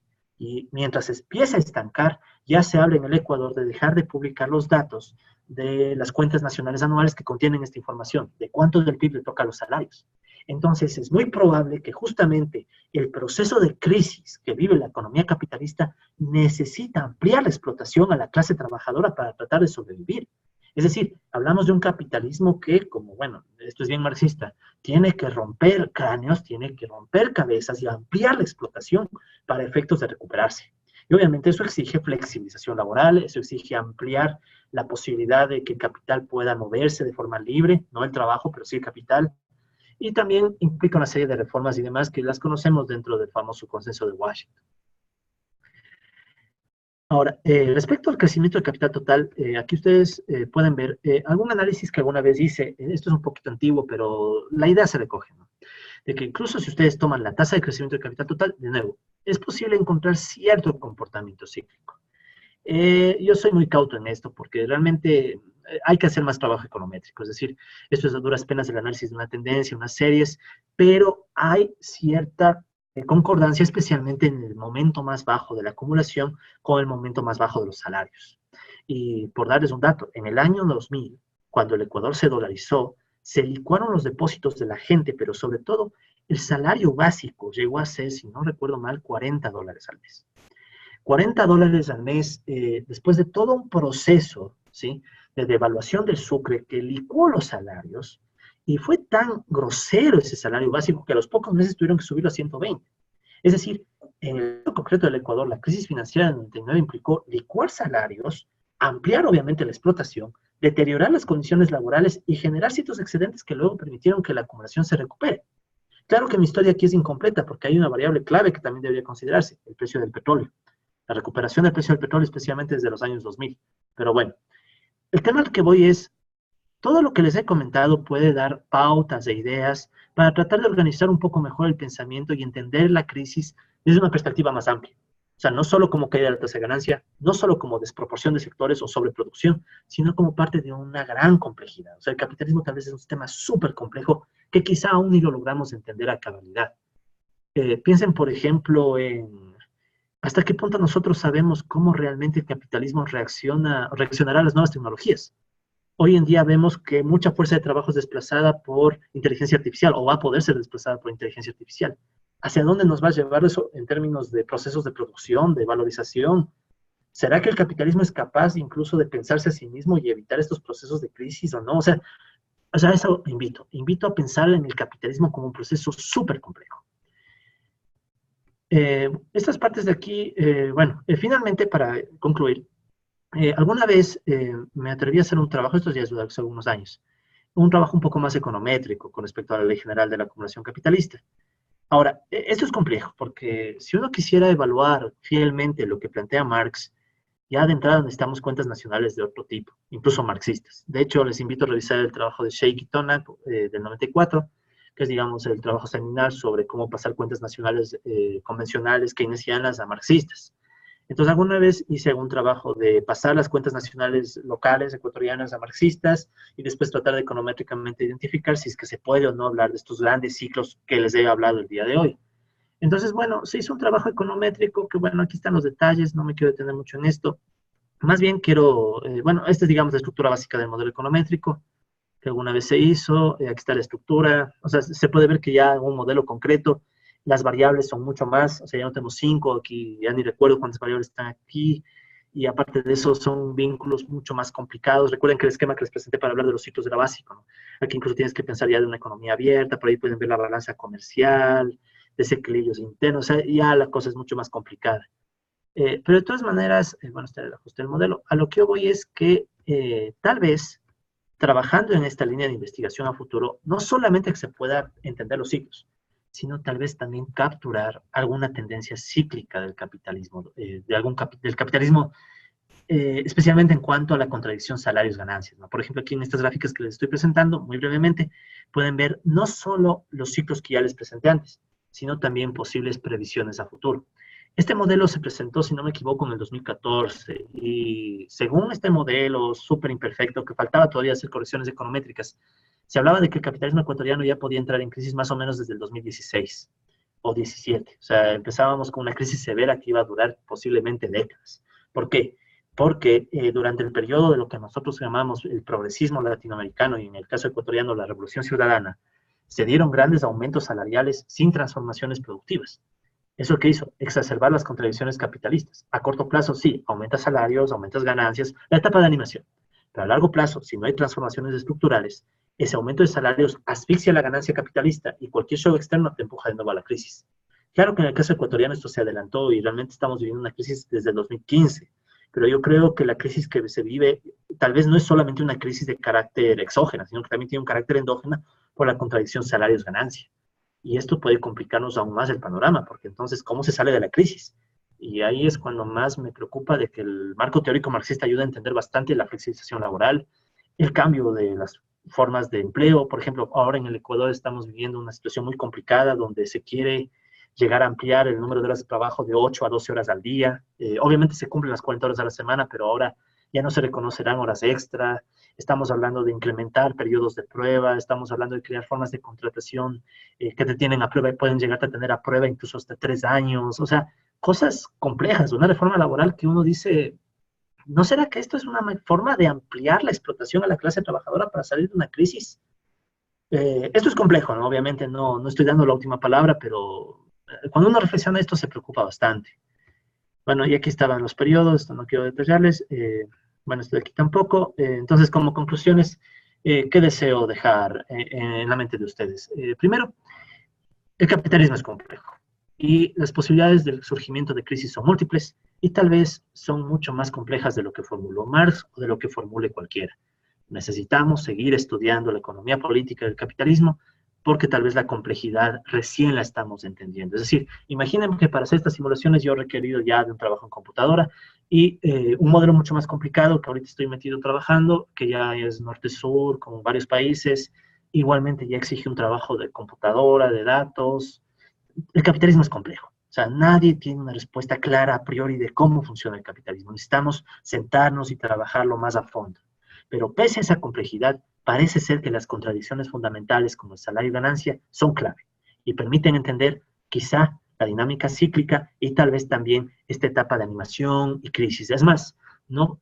Últimamente anda sonando el rumor de que tal vez la economía mundial va a volver a una etapa de recesión al menos, y sería interesante recuperar la idea de, bueno, cómo el capitalismo ya a escala global crea estos grupos excedentarios en la periferia, posiblemente en la periferia. Entonces, ¿cómo las periferias del mundo, piénsenlo, o sea, el mundo últimamente no está en sus mejores momentos de crecimiento económico, de hecho estamos relativamente estancados, pero es Estados Unidos, es África, es la periferia latinoamericana, o sea, yo creo que hasta nos lleva a pensar en esos temas, ¿no? O sea, ¿cuál es el grupo de sobrepoblación en el capitalismo a escala mundial?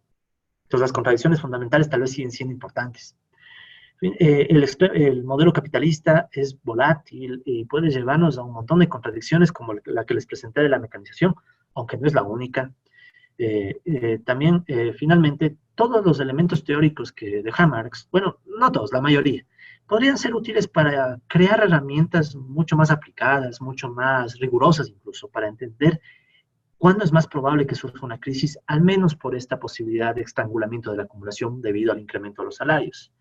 Y creo yo que es valioso recuperar eso, porque a la corta o a la larga, yo entiendo que la economía, y peor la economía política en la que yo me especializo, ¿qué tiene como objetivo sino el evitar que las personas sufran? Y creo yo que tratar de identificar los problemas y las crisis puede llevarnos también a tomar alternativas. Una alternativa puede ser, bueno, o sea, es necesario que esta división de reserva y no reserva empiece a terminar y haya más solidaridad entre las clases trabajadoras y las personas que están fuera de la clase trabajadora. Desde un enfoque mucho más marxista. Ahora, obviamente que uno también puede decir, bueno, si quisiéramos darle más estabilidad al capitalismo sin crear una revolución social, ¿es viable? ¿No es viable? Entonces, hasta para esas discusiones creo que es necesario ser más rigurosos y tener un análisis mucho más estricto, y en el cual obviamente todavía nadie tiene la última palabra. Gracias.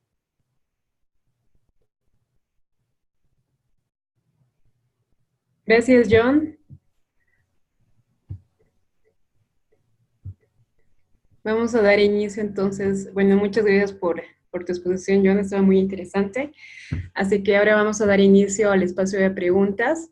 Y bueno, si hay alguno de los oyentes que quisiera preguntar, entonces vamos a habilitar este espacio.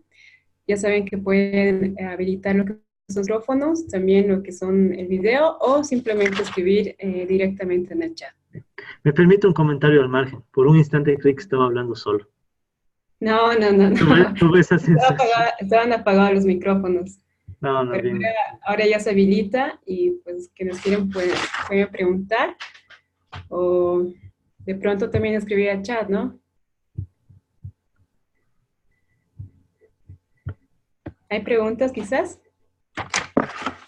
No sé si tal vez se habilitamos los micrófonos para...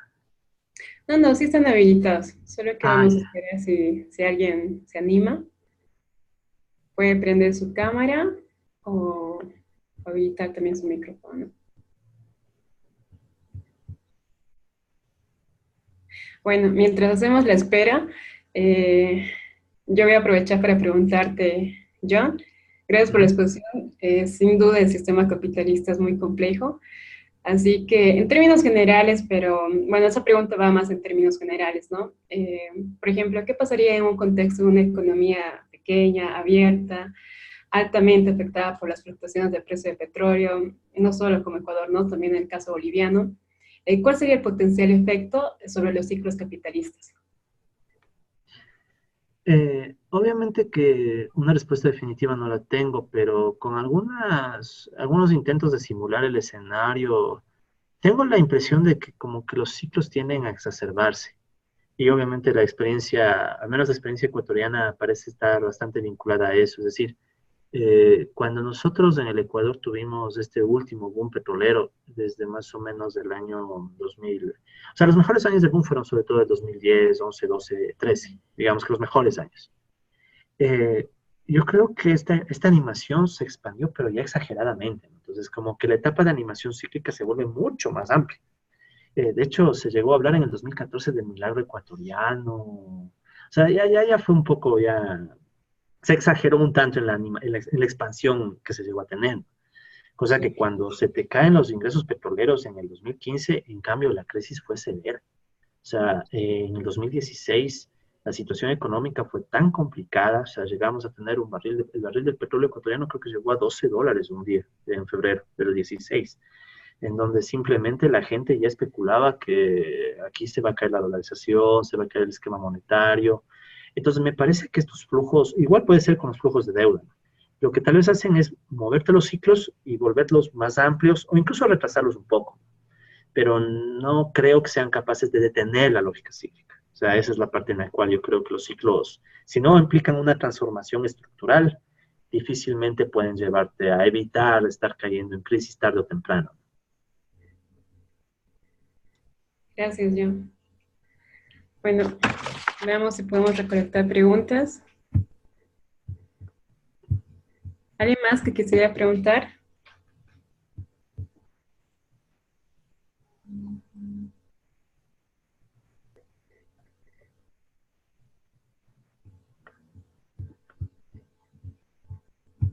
Bueno, el chat está todavía vacío, así que no sé, Ramiro, si quieres aportar algo más.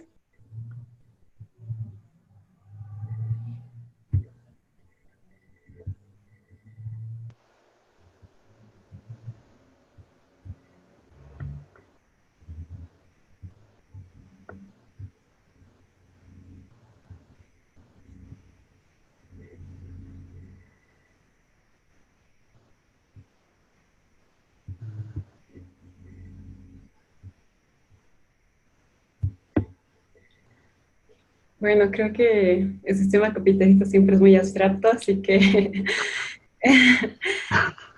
de todas formas, pero para aquellas personas que de pronto se han quedado con alguna duda o están elaborando todavía las ideas, igual, profesor John, si quieres puedes mencionar tu correo electrónico, John, para que te puedan Claro, contactar. claro, con gusto. Mi correo es cajas, john, arroba yahoo.com.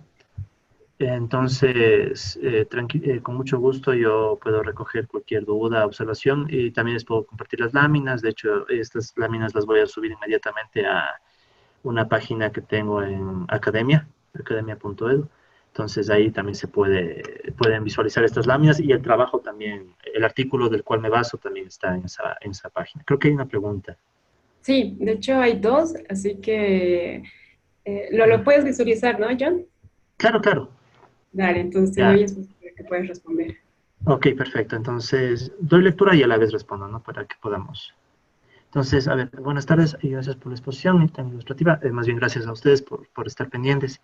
Tengo una consulta relativa a los macrociclos latinoamericanos, si es posible identificar determinantes más allá del precio de las principales materias primas y su interacción con la heterogénea mecanización en los países de la región.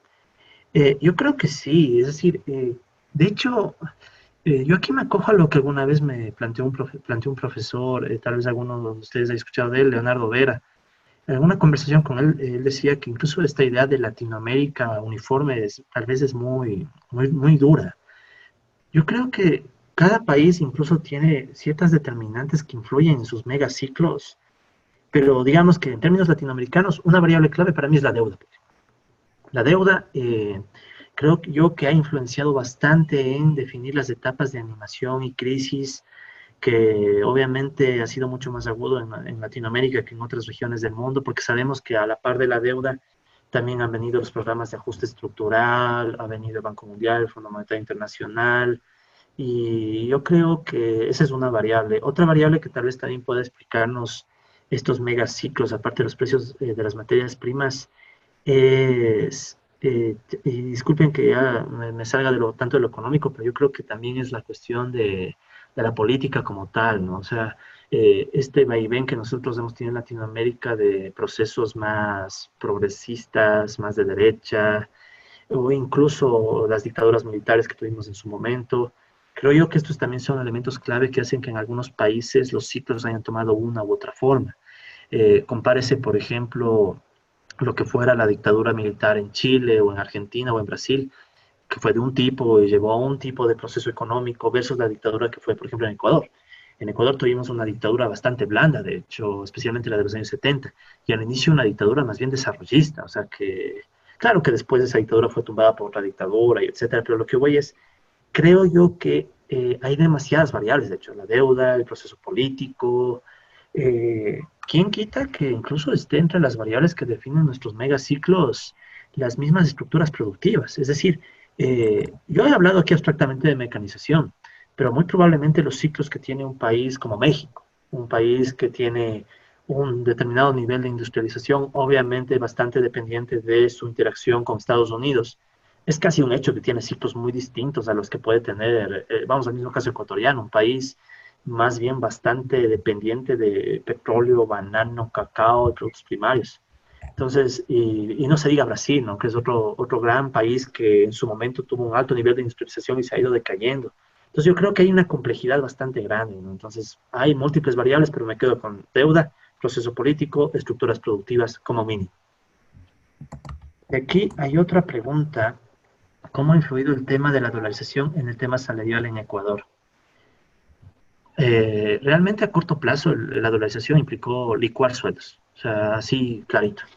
La dolarización sirvió para que el sueldo de muchísima gente y los ahorros de muchísima gente se licúen. O sea, el tipo de cambio, incluso hubo una polémica de cuál mismo debió ser el tipo de cambio de la dolarización, por un lado, y por otro lado, hubo gente que, y esto no es alegórico, es real, o sea, hubo gente que se suicidó durante el proceso de dolarización porque vio que sus depósitos, que aparte esta dolarización se dio a la par con una suerte de congelamiento bancario, ¿no? Un feriado bancario, y la gente veía cómo sus ingresos de la vida se licuaban. Pensiones, vamos a pensiones de la jubilación, llegaron a haber jubilaciones de $2 a $4 mensuales. O sea, estamos hablando de una total, o sea, de licuar el valor de los salarios y las remuneraciones, que obviamente esto después con el tiempo fue, digamos que se reguló, ¿no? O sea, ya después de la gran extracción de valor y los millones de ecuatorianos que después fueron expulsados, ya obviamente después los salarios como que se recuperaron. Y ahora digamos que lo que ha dado la dolarización es cierta estabilidad, por ahora. Por ahora porque en el último ajuste que estamos viendo que el Ecuador está empezando a realizar, en la línea de los programas que plantea el Fondo Monetario, la dolarización ha creado rigideces. No podemos devaluar. Como no podemos devaluar, la alternativa que plantea el fondo es directamente ajuste salarial. O sea, hay que bajar salarios, hay que flexibilizar para que de esa manera bajen los costos que en otras formas bajaríamos vía devaluación. Entonces, yo creo que también ha creado, que la dolarización ha creado que la economía sea más rígida y los ajustes sean directamente ya a la variable, o sea, directamente al salario. Antes podía ser más general a través de la devaluación. Entonces, yo creo que ha complicado mucho más la capacidad de incluso hacer una política salarial, la dolarización ya a mediano y largo plazo. Una pregunta, ¿el modelo ha contemplado un mínimo de salario que reciben los trabajadores? Ajá, ¿hay un límite en el incremento de la tasa de explotación como la reducción del nivel nominal de los salarios? Francamente no he incluido un mínimo, y de hecho lo voy a anotar, de hecho, bastante, muchísimas gracias, Ariel, incluir un mínimo. El problema de incluir mínimos en estos modelos cíclicos es que, supongamos que estamos en la etapa decayente del ciclo, nos está cayendo, estamos en crisis. Si ponemos un límite y decimos, ok, el salario no puede bajar después de este límite, es como que le pusiéramos una suerte de restricción a la fuerza, a la dinámica del modelo. Entonces, lo que eso puede provocar es que el sistema de ecuaciones se vuelva inconsistente a menos que exista otra variable de ajuste.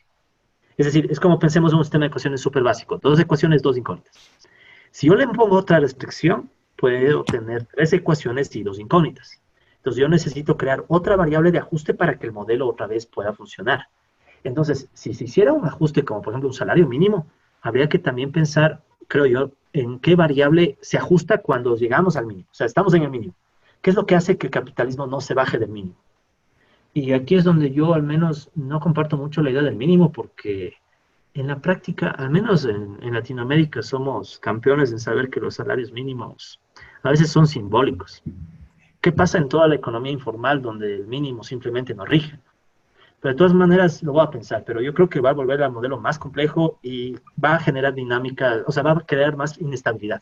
Porque cuando llegamos al mínimo, es como que el ciclo no puede moverse y se estanca. Y a menos que haya otra variable de ajuste, estaríamos en una situación donde el capitalismo necesita bajar salarios, no lo puede hacer y se empieza a colapsar. John, ¿Qué más? Sí, perdón que te interrumpa. Si quieres, yo te ayudo leyendo las claro, preguntas, claro, sí, sí, así también para compartirles con el resto de los compañeros. claro. Por ejemplo, esta pregunta desde bueno, Cintia Barrera, que dice, Ajá, bueno, ¿cuál sería una de solucionar el deterioro del mercado por el incremento migratorio hacia varios países de América Latina? Relaciona esta presencia en los migrantes al papel del ejercicio industrial reserva y cumple en la producción. ya. Claro, la migración también es un factor vital, ¿no? Tenemos ahora el caso muy concreto de la población que está saliendo de Venezuela buscando alternativas de vida. Soluciones dentro del esquema capitalista, no es que quiera ser pesimista, pero el capitalismo, me parece, ¿no? Es un sistema en donde va a tratar de, con la menor cantidad de gente posible, generar la mayor cantidad de valor y producción. Entonces, y eso creo que es bastante rescatable de lo que dice Marx, ¿no? La sobrepoblación depende de la civilización en la que vivimos, en definitiva. Y mientras la civilización en la que vivamos siga siendo la civilización capitalista, va a ser muy difícil que podamos encontrar salidas a grandes flujos migratorios que de golpe empiezan a afectar al mercado laboral. Pensemos, les invito a pensar el caso ecuatoriano, que de nuevo es el que más conozco. El mercado laboral estaba deteriorado ya desde el 2015. O sea, es un mercado laboral súper deteriorado, súper mal, que no ha logrado levantar desde entonces. Llega una ola de flujo migratorio, que la migración por sí misma me parece valiosa porque permite compartir experiencias de otros rincones del mundo y eso nos enriquece como humanidad.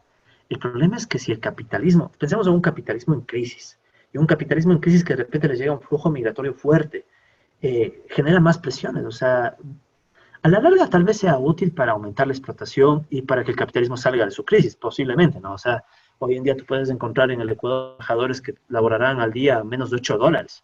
¿Y por qué? Por esta presión que se ha generado tanto local como migratoria. Tal vez una salida a corto plazo sea un rol más activo del Estado para dar una alternativa a esta gente que viene, ¿no? Porque tampoco es fácil decir, bueno, que salgan de mi país y se vayan a otro lado. O sea, esto tiene que, y eso debería tratarse incluso a nivel regional. Los gobiernos de la región tratar de tener una política de empleo coordinada, de empleo público, sino que incluso la época política lo dificulta más. Entonces, a corto plazo no le veo una salida, ¿no? O sea, si no hay una acción coordinada de los gobiernos de Latinoamérica y generar empleo público para en algo tratar de dar una salida y reactivar demanda, yo le veo muy difícil que haya solución. Eh, ¿Me permiten preguntar algo? Por ¿Me favor. escuchan? Gracias por la presentación, John. Muy interesante. Quería en realidad hacer primero un comentario y luego plantearte algunas interrogantes. Claro, La primera es que a lo largo de tu presentación has hecho referencia a literatura muy interesante que proviene del post-keynesianismo, de tradiciones heterodoxas, que creo podrían enriquecer mucho más el marxismo, pero irónicamente terminas presentando un modelo bastante neoclásico en tus propias palabras. Usas sí, tasas de marginalidad, tienes ecuaciones diferenciales, y bueno, hay un debate muy grande, sobre todo desde el debate y una crítica muy grande, sobre todo desde la heterodoxia, digamos, a la concepción ontológica y epistemológica del neoclasicismo y de sus limitaciones como tal. Y pues terminamos en un marxismo a la John Romer, en un marxismo completamente neoclásico que tiene limitaciones y entre la cual, recordemos, Marx, cuando está escribiendo y está haciendo crítica a la economía política, está criticando también a los neoclásicos de su tiempo, ¿no? Con las diferencias.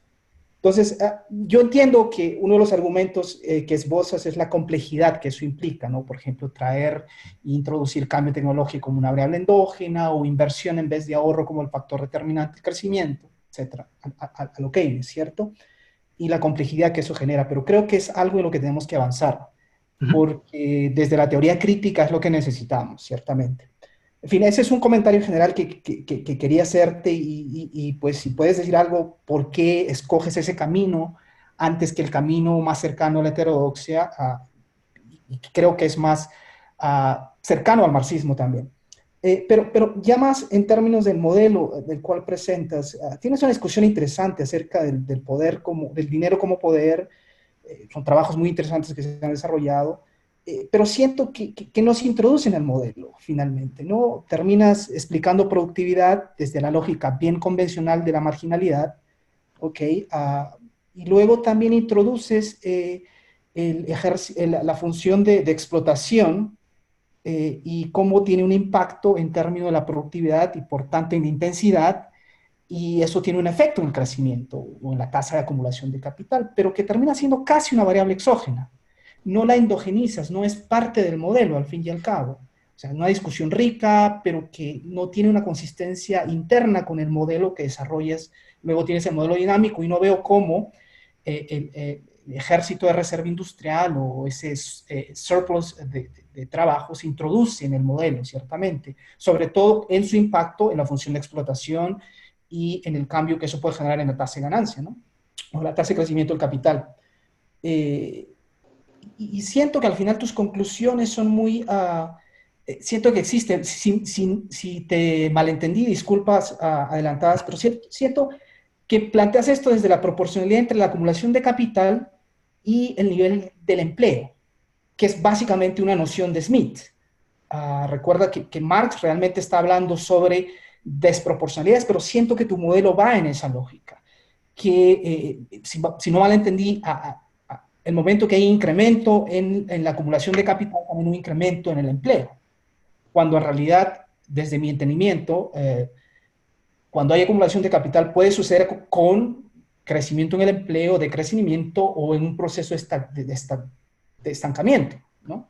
Y en realidad, no sé si estás familiarizado con el trabajo de Bhattacharya, en una tesis doctoral de UMass del 2010, que en realidad plantea modelos de crecimiento con diferentes regímenes de trabajo o diferentes sistemas de excedente de trabajo, si queremos llamarlo, pero usa no solo un modo de producción, usa distintos modos de producción, lo que él llama el modo de producción antiguo, y cómo la población excedente se va moviendo de un lado a otro, y cómo estos tienen un impacto en la tasa de crecimiento en el modo de producción capitalista. Disculpa si estuve por todos lados, pero en realidad fue una presentación bastante extensa, larga, tocando muchos tópicos, y bueno, esos fueron algunos de mis comentarios. Gracias por la presentación, en realidad. No, genial, genial. Justamente este tipo de discusión es la que más me interesa. Vamos a ver igual por lo primero, ¿no? La crítica al marginalismo.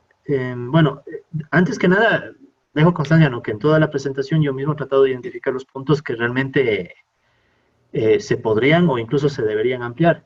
En particular, el que más me desagrada de lo que yo mismo he planteado es esta idea de que el ahorro genere la inversión. O sea, no hay una función de inversión al estilo más heterodoxo, digamos, que para mí es una de las piezas claves de la heterodoxia, ¿no? O sea, esta idea de que no necesito siempre tener el monto de ganancia para efectos de acumular, puesto que yo podría acumular, por ejemplo, a través del crédito.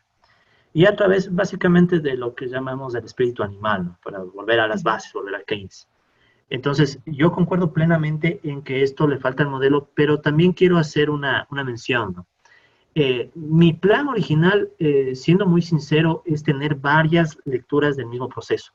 Es decir, ahora he tratado de hacer una lectura un poco más neoclásica, justamente para poder hacer el contraste a posteriori con una lectura más heterodoxa.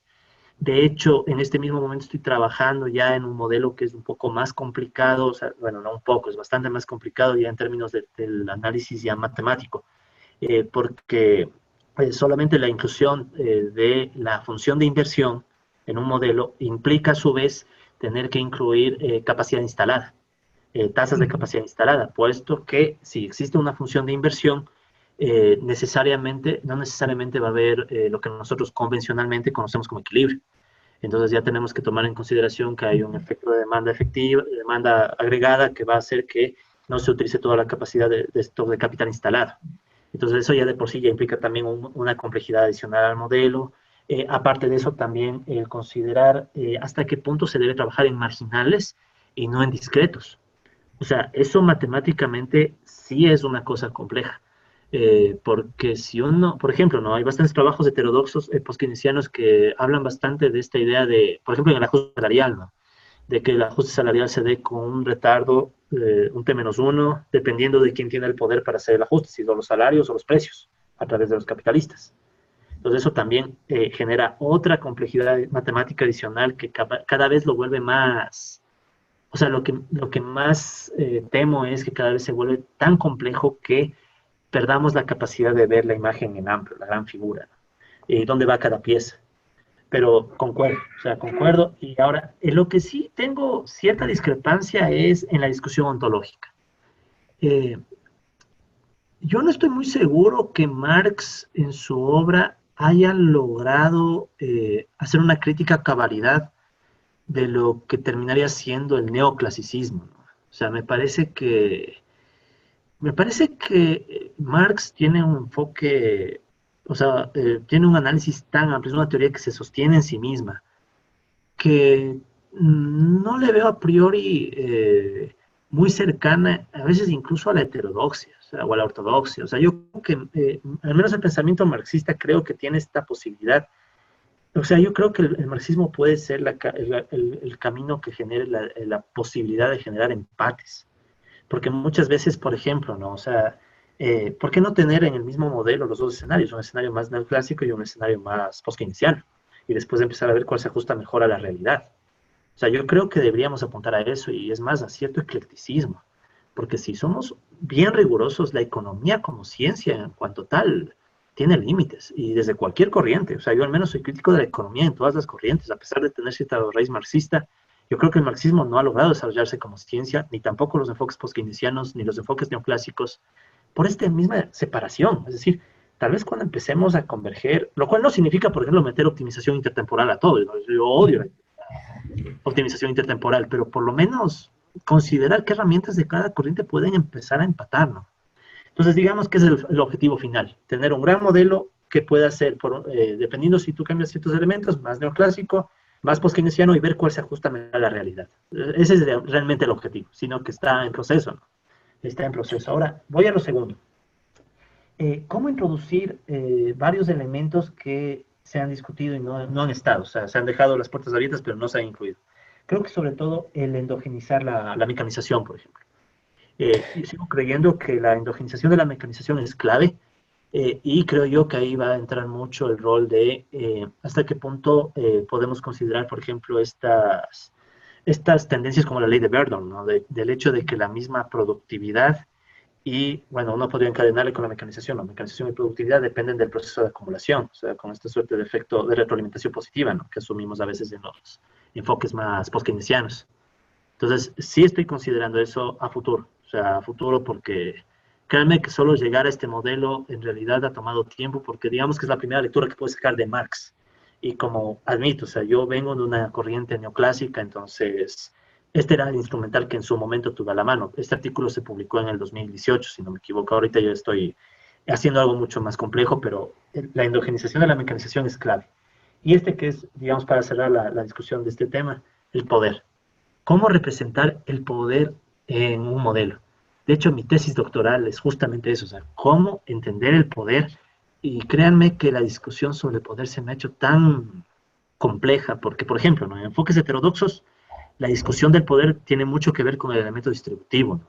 Y este elemento distributivo se recoge, por ejemplo, en un markup que muchas veces, no siempre, pero muchas veces es exógeno. Y la misma endogenización del markup es discutible. Vienen los trabajos, por ejemplo, Amitabh Bhatt tiene un trabajo bastante interesante de endogenización del markup, pero creo yo que todavía hay mucho por hacer, incluso ya salirnos de la economía y pensar en temas más amplios, ¿no? Es decir, entender el capital como poder que implica. O sea, implica ciertamente más influencia o también implica más cambio estructural, más capacidad de definir las reglas del juego. O sea, desde la teoría, desde las propuestas de Robert Dahl de qué es el poder hasta hoy, hay una cantidad de posibilidades de entender el poder que cada vez creo que mi propia tesis doctoral no va a tener éxito, ¿no? Pero digamos que está en esa discusión y más bien Estoy apto a que mantengamos el debate. Quisiera, personalmente no conozco este trabajo que mencionas de este personaje que ha publicado su tesis doctoral en UMass, ¿dices? Sí, es de UMass. UMass, sí, 2010, una tesis muy interesante y que habla sobre... Debe tener cierto vínculo con el trabajo que hace Yabasu, ¿no? Porque él tiene un vínculo y sus trabajos bastante hasta empíricos sobre ejército de reserva. Y en De UMass realidad también. es más de la tradición de Richard Wolff y Stephen Resnick. Sí, sí, sí, sí, de Wolf. Sí, Claro, claro. solo un comentario final acerca de Claro. esta idea de trabajar con las corrientes heterodoxas. Creo que el trabajo de Sheikh, el último trabajo que lo publicó hace 1 año y medio, 2 años creo, Ujú. Sí, digamos, es un aporte trascendental para tratar de que el marxismo digamos, se nutra y las corrientes heterodoxas también se nutran del marxismo, ¿no? ujú. Digamos, Sheikh dice él que es el trabajo de su vida y ha tratado de justamente introducir estas variables que se han desarrollado en la heterodoxia y que rompen, digamos, con el esquema neoclásico, ¿no? Está usando markups, cambio tecnológico, endogenizando esas variables, ya no habla de la dicotomía competencia perfecta, imperfecta, él habla de competencia real y cómo la competencia real es, digamos, el elemento dinámico del capitalismo, etcétera, ¿no? Cosas que han sido parte del debate del marxismo, que no han sido resueltos hasta cierto punto, Ujú. tienen, creo, si no una culminación, tienen un gran avance en el trabajo de Sheikh. Y realmente es muy Sí, sí. recomendable, me parece que ya ha sido traducido al español eh, en México y Argentina, entonces yo creo que es un libro imprescindible, ¿no? Pero bueno, No, claro, no quiero ¿cómo es? seguir con el Crisis, monólogo. capitalismo, Sí, crisis y conflicto, creo que es, no me exacto, acuerdo el exacto, título. Sí. exacto. No, sí, sí, sí, sí le he trabajado a Shake. Y repito, o sea, mi proyecto a futuro es incluir sobre todo función de inversión, y es lo más rápido, función de inversión y tasa de capacidad instalada, uso de capacidad instalada. La más difícil es, a mi criterio, ver cómo se refleja el poder con algo que no sea un markup fijo. Creo yo que en cambio es una pequeña debilidad que encuentro a veces. Ujú. Pero bueno, de todas maneras la discusión está ahí, ¿no? Genial, genial. Millón, gracias por las observaciones. No, gracias a ti por la presentación. Hay que compartir contactos después, creo yo. Sí, Ujú. yo creo que sí, John. Bueno, muchas gracias, Alejandro, y bueno, a todos los que han participado, ¿no? Los webinars en realidad son precisamente para dar mayores luces a los trabajos de investigación, así que espero que te hayan ayudado, John, y también te agradezco a ti por, nuevamente, ¿no? Por habernos compartido, bueno, lo que va a ser parte de tu tesis doctoral. Y bueno, creo que ya estamos a tiempo de finalizar lo que es el webinar. Si no hay ninguna pregunta más, podemos proceder a cerrar. En el chat ya no hay más. No sé si alguien más quisiera preguntar.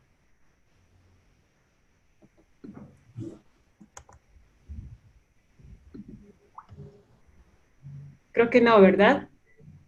Bueno, entonces, no sé si quieres acotar algo más, John. No, simplemente hacer una invitación a conversar más sobre estos temas y más que nada compartir, porque digamos que no, habemos gente en todo lado que estamos haciendo investigación desde nuestros lados. Por ejemplo, yo ahorita estoy haciendo un modelo norte-sur súper complicado que igualmente me gustaría compartirlo y discutirlo con la gente. Entonces, la invitación a que quienes deseen conversemos, discutamos y podemos equivocarnos como bien podemos no equivocarnos y crear cosas, ¿no? O sea, desde Latinoamérica tenemos potencial para hacer bastantes cosas y creo que no, hay que aprovecharlo. Sí, no, estoy de acuerdo. Como te digo, estos espacios son precisamente para disentir ideas. Y bueno, simplemente agradecer a todos y para aquellos que estén interesados, el último webinar se va a dar este sábado 24 con Fiorito, así que quedan cordialmente invitados y pues damos por concluido el webinar. Muchas gracias, John, y gracias a todos por haber participado. Muchísimas gracias.